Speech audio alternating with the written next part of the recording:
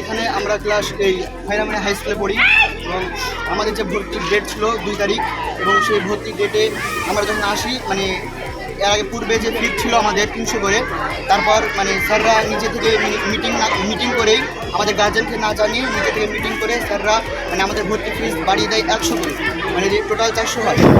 কিন্তু এবার যারা মানে দুষ্ট অসহায় তাদের জন্য খুব অসুবিধাকর হয়ে যায়। তারপর আমরা এইসব বিষয় নিয়ে স্যারদেরকে জানালাম, স্যাররা বললো 400 বেশি 400 কম হবে না। তখন স্যার মানে স্কুলে কিছু ঝামেলা সৃষ্টি হচ্ছিল। তারপর স্যাররা তারপরের দিন মানে শুক্রবার মিটিং করার চেষ্টা করলো, গার্জেন মিটিং ডাকলো। তারপর সেখানে গার্জেন মিটিংয়ে এসে মানে যার যে মত ছিল সবাই সে মত পেশ করেছে, অনেক রকমের কথা হচ্ছে। তারপর স্যাররা শেষ পর্যন্ত বলে ঠিক আছে 300 টাকা করে হচ্ছে। তারপরের দিন মানে 300 টাকা করে হয়ে গেল। তারপর 6 তারিখে ডেট ছিল ভর্তি, যারা বাকি ছিল তারা 6 তারিখে ভর্তি হয়ে যাবে। তারপর মানে যেদিন বললো যে 3 তারিখে গার্জেন মিটিংয়ে যে 300 টাকা হয়েছে, তারপরের দিন 4 তারিখে আবার স্যাররা ভর্তি নিচ্ছিল আর 400 টাকা ফিস নিচ্ছিল। তারপর এখানকার হয়তো কিছু স্টুডেন্ট আর কিছু বাইরেকার মানুষ বলেছে যে কালকে তো মিটিংয়ে হলো যে 300 বেশি ফিস করবেন না, আবার আপনি কেন করছেন। তারপর হয়তো স্কুলের সভাপতি কিংবা কোনো স্যার ফোন করে প্রধানকে ডেকেছে। প্রধান এসে মানে কোনো কিছু বলেন, প্রধানকে গার্জিয়ান কিচ্ছুই যায়নি। প্রধান এসে ডাইরেক্ট মানে অনেক খারাপ গালিগালাজ করে এখানকার মানুষকে ডাইরেক্ট হাত তুলেছে। ছাত্রদেরকে মেরেছে বলছো প্রধান মেরেছে।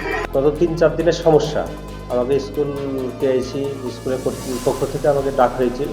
আমি ডাকার পর যেতে পারিনি। গত শনিবার গেছিলাম সেখানে যাওয়ার পর সেখানে দেখি কিছু বহিরাগত দুষ্কৃতী সিপিএম কংগ্রেসের দালাল সেখানে যাই মানে মাস্টারদেরকে মারার উপক্রম এবং স্কুল প্রেসিডেন্ট ছিল ওদেরকেও মানে হাত তোলার মতন উপক্রম ছিল।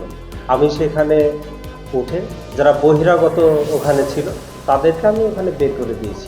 কোনো স্টুডেন্ট বা কাউকে কোনো মাস্টার বা স্টুডেন্টদের গায়ে ওখানে হাত তোলা হয়নি। এটা ফালতু ভিত্তিহীন কথা। সিপিএম কংগ্রেসের দালাল চক্রান্তকারী যারা ছিল তাদেরকে বের করা হয়েছে এবং এই চক্রান্তকারী দালালরাই কিছু ছাত্রকে উস্কি দিয়ে এগুলো করছে। যারা রীতিমতো মানে শব্দ উচ্চারণও করতে পারে না তারাও ওখানে এসে বলছে প্রধান সাহেবকে ডাকতে হবে, ক্ষমা চাইতে হবে। এগুলো পুরো প্ল্যানিংভাবেও চলছে, সিপিএম কংগ্রেসের প্ল্যানিং। তাদের দালালি চলবে না, আমাদের দলীয়ভাবে তাদের চিহ্নিতকরণ করা চলছে। দেখি কতটা পরিষ্কার হয়।